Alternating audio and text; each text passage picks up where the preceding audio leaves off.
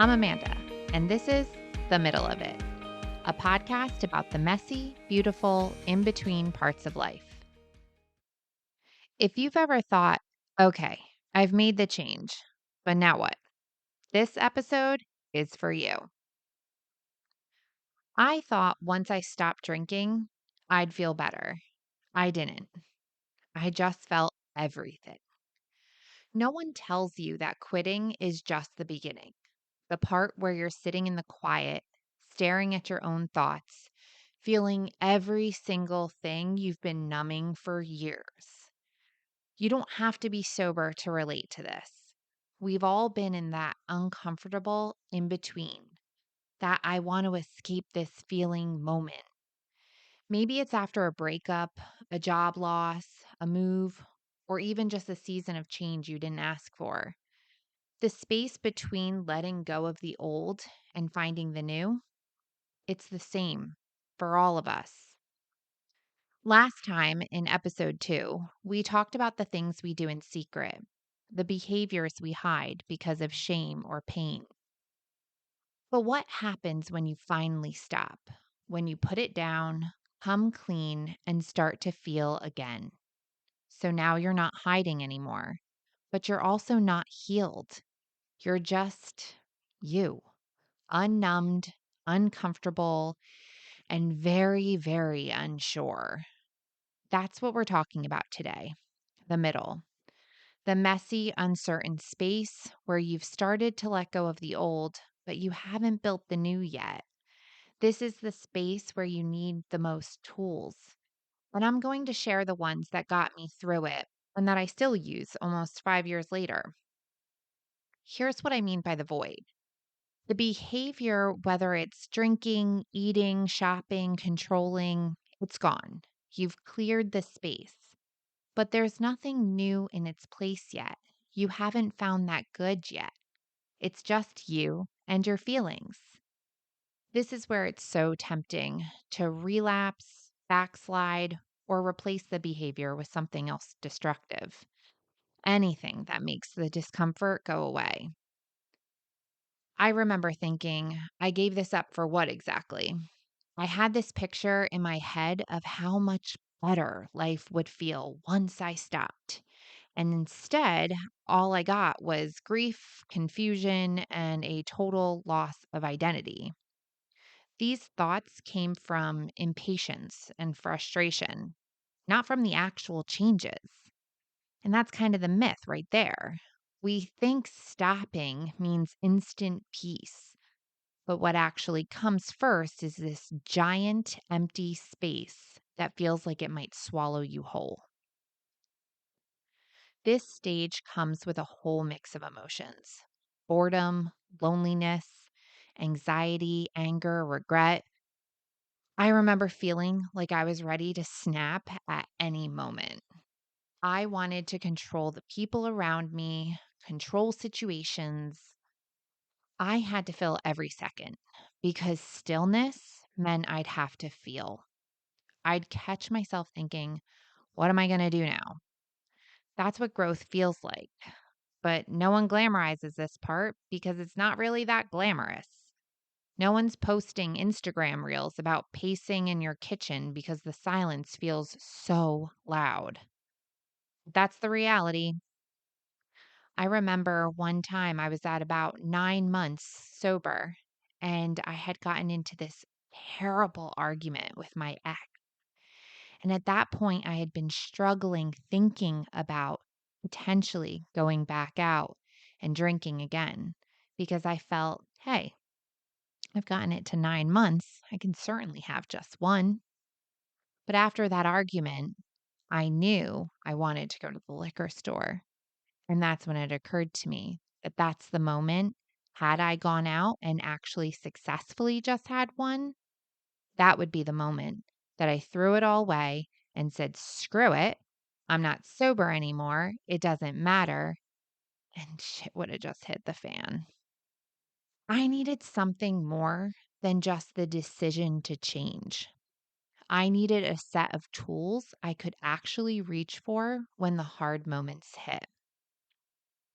These tools I learned from my experience in AA. They came from the wisdom of others before me. They're not necessarily the steps in and of themselves, but more inspired by them. And again, this podcast is not affiliated with AA in any way. This is just my experience. These aren't magic fixes. They're not here to erase cravings or make discomfort disappear. They're here to give you something to lean on, something to help keep you steady when your old ways of coping are gone. So let's talk about some of my favorite ones. First, move a muscle, change a thought.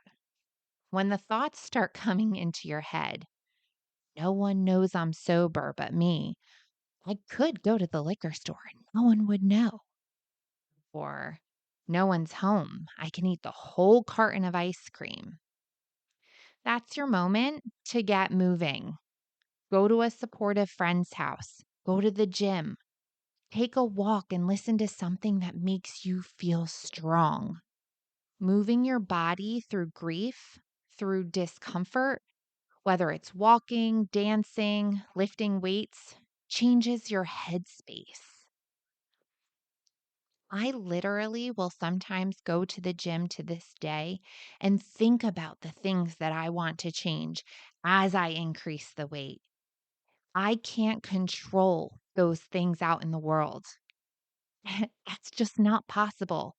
But I can control the weight that gets put on that barbell. And I can feel stronger and like I'm accomplishing something as I watch it go up. Another thing you can do is talk to safe, emotionally honest people. This is that network we talked about in the last episode. If you can find other people who have been where you are, huge bonus. Let it even be the network of this podcast and its listeners. Lean on one another. You need people who aren't just trying to gas you, but are ready to be real and straightforward with you about what you're doing well, and even more importantly, have suggestions for what you're not doing so well. Their experience is invaluable. They can help you navigate the feelings that start to surface and figure out what to do with them. Third, creating rituals or routines that support who you're becoming. Start small. For me, I was doing a really short reading every morning and making my bed. Simple, right? From there, I added on. My daily routine became a safe place. I knew what to expect. In the beginning, that also meant knowing exactly what meetings I was going to 5 days a week.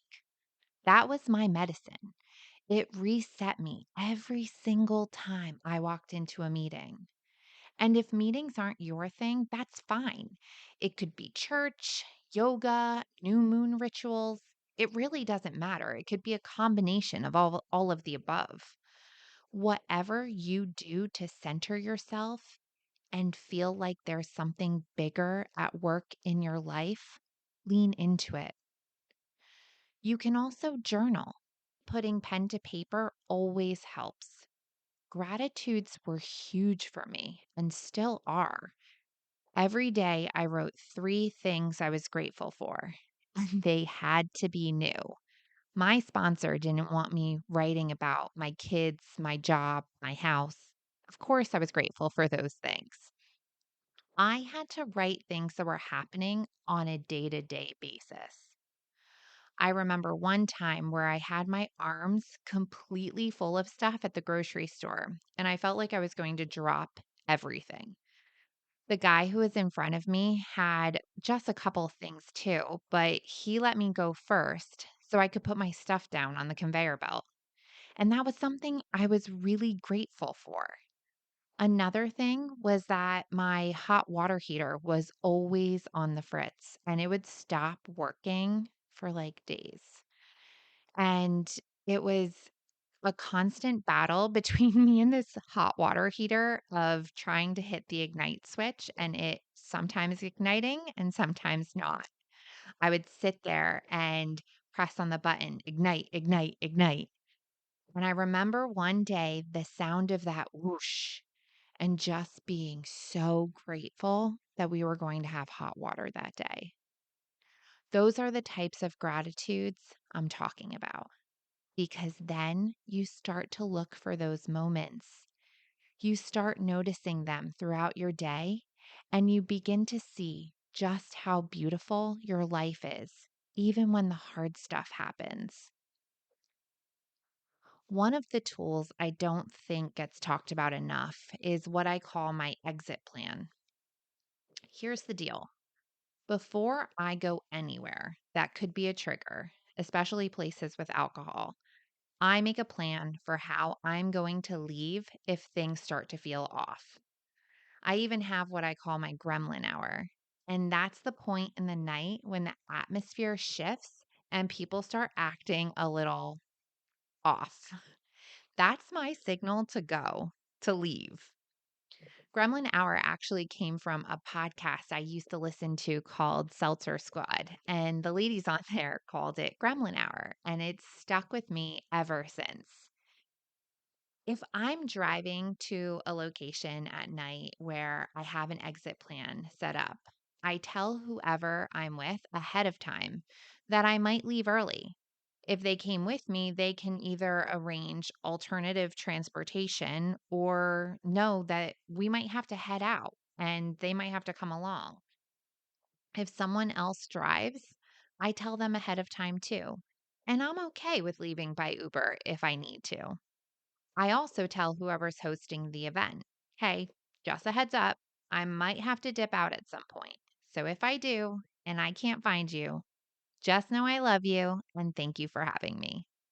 My friends typically already know. And here's the thing, it's not a failure if I use my exit plan, it's a win. That's a tool working. That's me keeping a promise to myself. Previously, there was a time when I had gone to a party and I knew it was going to have a ton of drinking. And I told my friend right when I got there, she knew I was sober. Listen, I might have to head out at a certain point if it gets to be too much. She completely understood. No explanation was even necessary. When the jokes started to get repetitive, when the laughter to be a bit high pitched, I knew I had hit gremlin hour and it was time for me to go. So I said goodbye to whoever was around me. I went outside, got in my car, and I left. No one had been with me at the time, so that made the situation a bit easier. But when I got in the car, I turned on a podcast that I had recently listened to and drove home. And I felt good about it. I knew I had done what I needed to protect my sobriety in that moment. And while those moments have gotten easier and easier as time has gone by, I still rely on it. I still have that exit plan if I go to a party, a concert. Hey, I live at the Jersey Shore, so the boardwalk and all of the bars and the chaos are right there. If I head up there, I've got an exit plan. I know how I'm leaving if things get to be too much. And I love that. This stage, it's uncomfortable, but it's meaningful. You're not failing, you're building something new. And these aren't just things to do when you first remove a destructive behavior. These are the things I keep doing whenever the thoughts come creeping back up. When I'm going through hard times or uncertainty, I always remind myself when those moments pop in my life to go back to the basics. Go back to those times when I was right at that beginning part going into the middle. And I had to put these tools into practice and practice these tools. I always remind myself that that's where I feel at home, in those daily little steps that keep me from acting out or destroying my life. So, what's something you recently let go of? And what's been harder than you expected? Maybe journal about it today or call a friend and share it with them. Let me be very clear. This part, the middle, It's not easy. It hurts. It's uncomfortable. You're likely going to want to give up several times, but I promise you, it will be worth it. When I meet new women in AA, I tell them this simple fact. When you stand at that podium and celebrate 90 days, you're not going to be able to say your life hasn't gotten any better. And I have yet to have anyone prove me wrong. These tools aren't meant to stop cravings completely or cure you. They're here to help you get through the tough moments whenever they happen. With almost 5 years of sobriety, I still use a combination of them regularly. I think of them like my toolbox, one I can reach at anytime I need. In the beginning, my best suggestion is to use all of them. Skip nothing. And if someone who's successfully gotten through the middle you're in right now gives you another tool, try it. You've got nothing to lose and everything to gain. You're not failing. You're not broken. You're building something new. And that takes time. Until next time, keep going. That's it for today. Make sure you tune in next week for our very first interview. I can't wait for you to hear her story.